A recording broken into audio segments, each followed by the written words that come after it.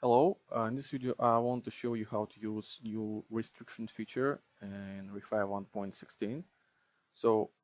This is a simulation feature, so it allows you to restrict your object inside some area, and if object will leave this area and break this restriction, you can initiate some action. And there are three types of action here. First one is fade, so I have these four objects and I set for first one fade. Then you can reset your object to its original position.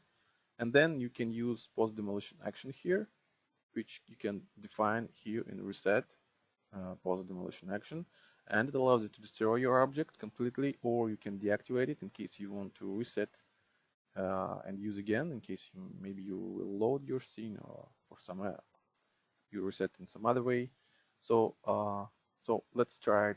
Let's take a look. And for all the subjects, I'm using distance restriction, which measures in units. I will talk about it later. But for now, it will just simply check every 1 second using this check interval. If object moved from its original position for 15 units, it will perform this break action. So let's take a look how it looks like. And you can see this one starts fading out. It's scaling down because I said it's fading property. Let's take a look again. So for this one, I set fade, and in fading properties, I set it to scale down for 3 seconds. Maybe I can set it to 1 second so it will be easier to see. And let's take a look again. So now you can see that when this object breaks its restriction, it starts fading out and then deletes.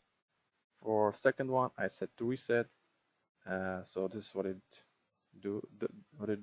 what's it doing. It just break restriction and then reset to its original position immediately.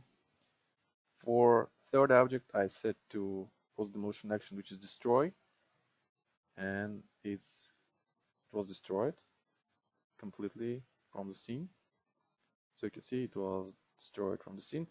And for this one, I set to post demolition action deactivate, so it's still inside scene, and you can reset it using this button or reset rigid method at any moment and simulate it over again.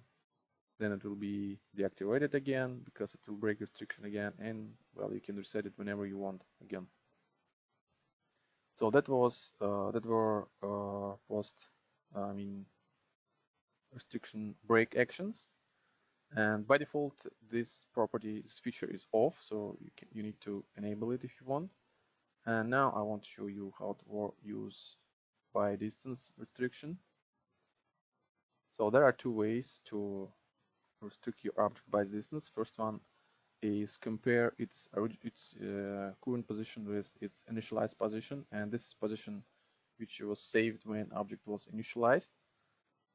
Second one is target position. In this case, you can use any object. It's any object transform component to compare to measure distance between object simulated object and this target transform position.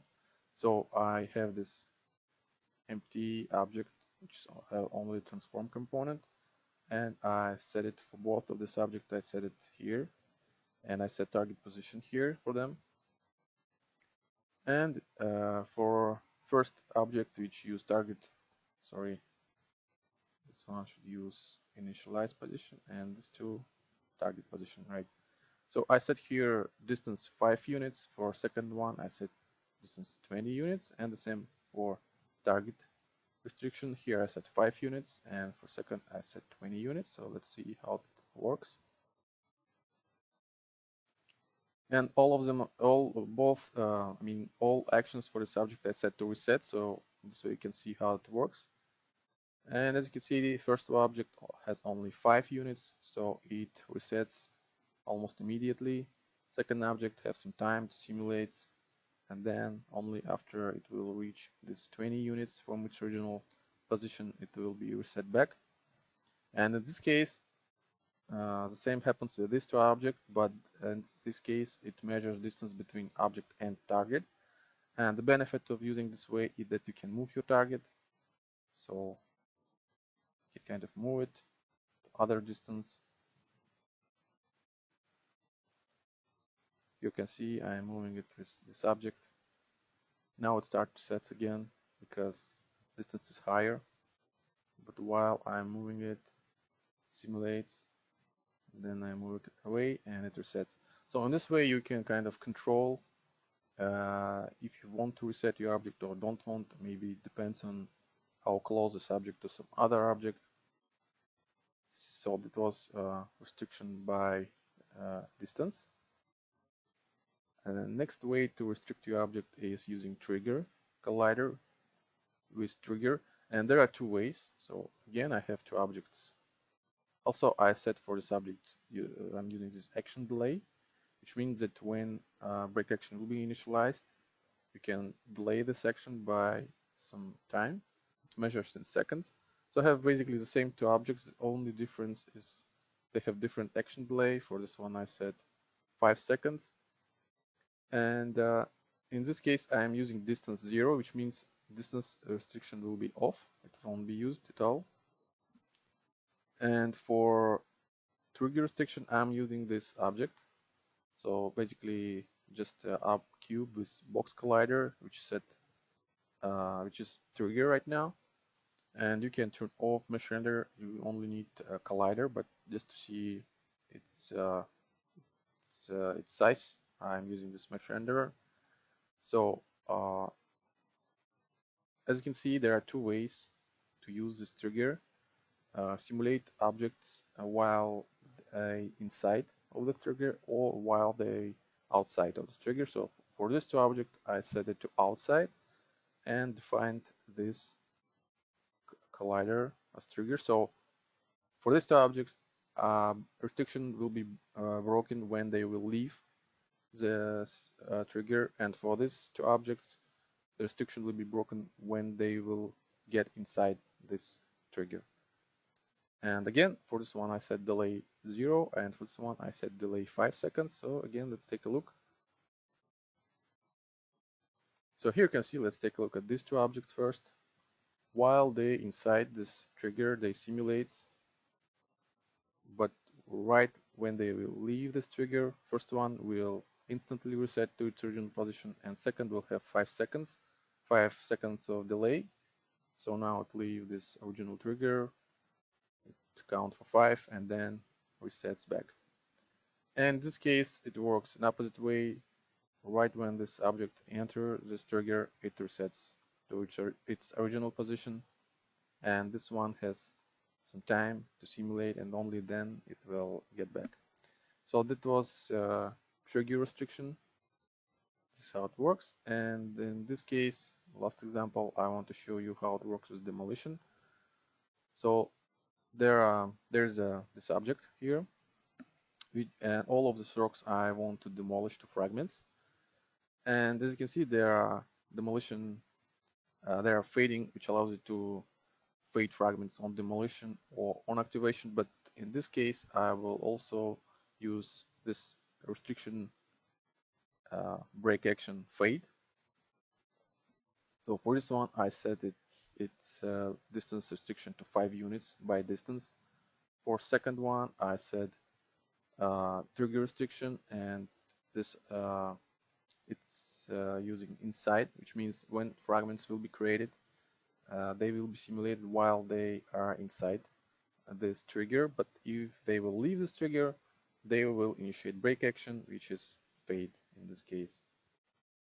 For this one, I set outside delay 0, and I defined the same trigger, this one, as its trigger. So you will see how it works. And for that one, I set target restriction. I defined this target as source of transform. And okay, let's take a look how it looks like. So in the first example, you can see fragments start falling down, but then basically immediately they start fading because they were moved away for 5 units from their original position.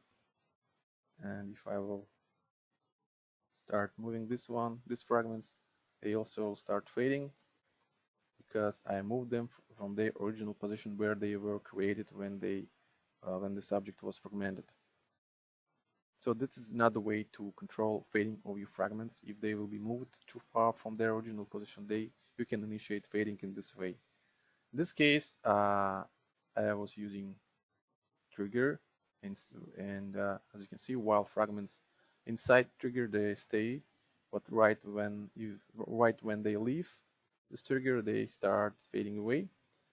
And these fragments, all of them in scene, they didn't fade because they are outside of this trigger. So what I will do, I will move this trigger to them, and you will see that these fragments start fade because they were leaving. They are not inside this trigger, and these fragments start fading because they are inside. You can see all of the fragments start fading.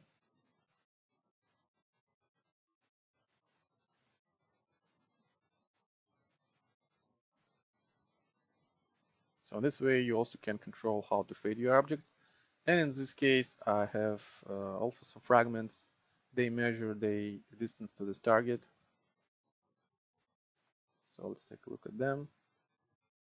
And it seems like, okay, now this one start move too far. Well, not far enough because I have here distance 20. So again, I can move this target and I will see that it start fading.